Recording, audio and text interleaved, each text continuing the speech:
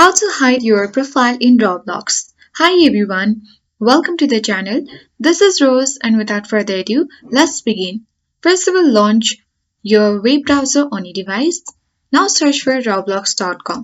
You can even open Roblox application on your device as well. After that, hit enter and you will land on the official interface of Roblox. Make sure to log into your account. If you haven't created account, you need to create one. After that, click on circle or the gear icon at top right to access your setting. From this drop down, select settings. Now head towards account info and you have to scroll to the bottom. And here, who can see links to your social network profile, you simply need to make it to private and select to no one. After that, when you go back to this three line at top left, and you can click on your profile from here. Once you land on this profile section, you need to locate the option to delete your profile or hide your profile.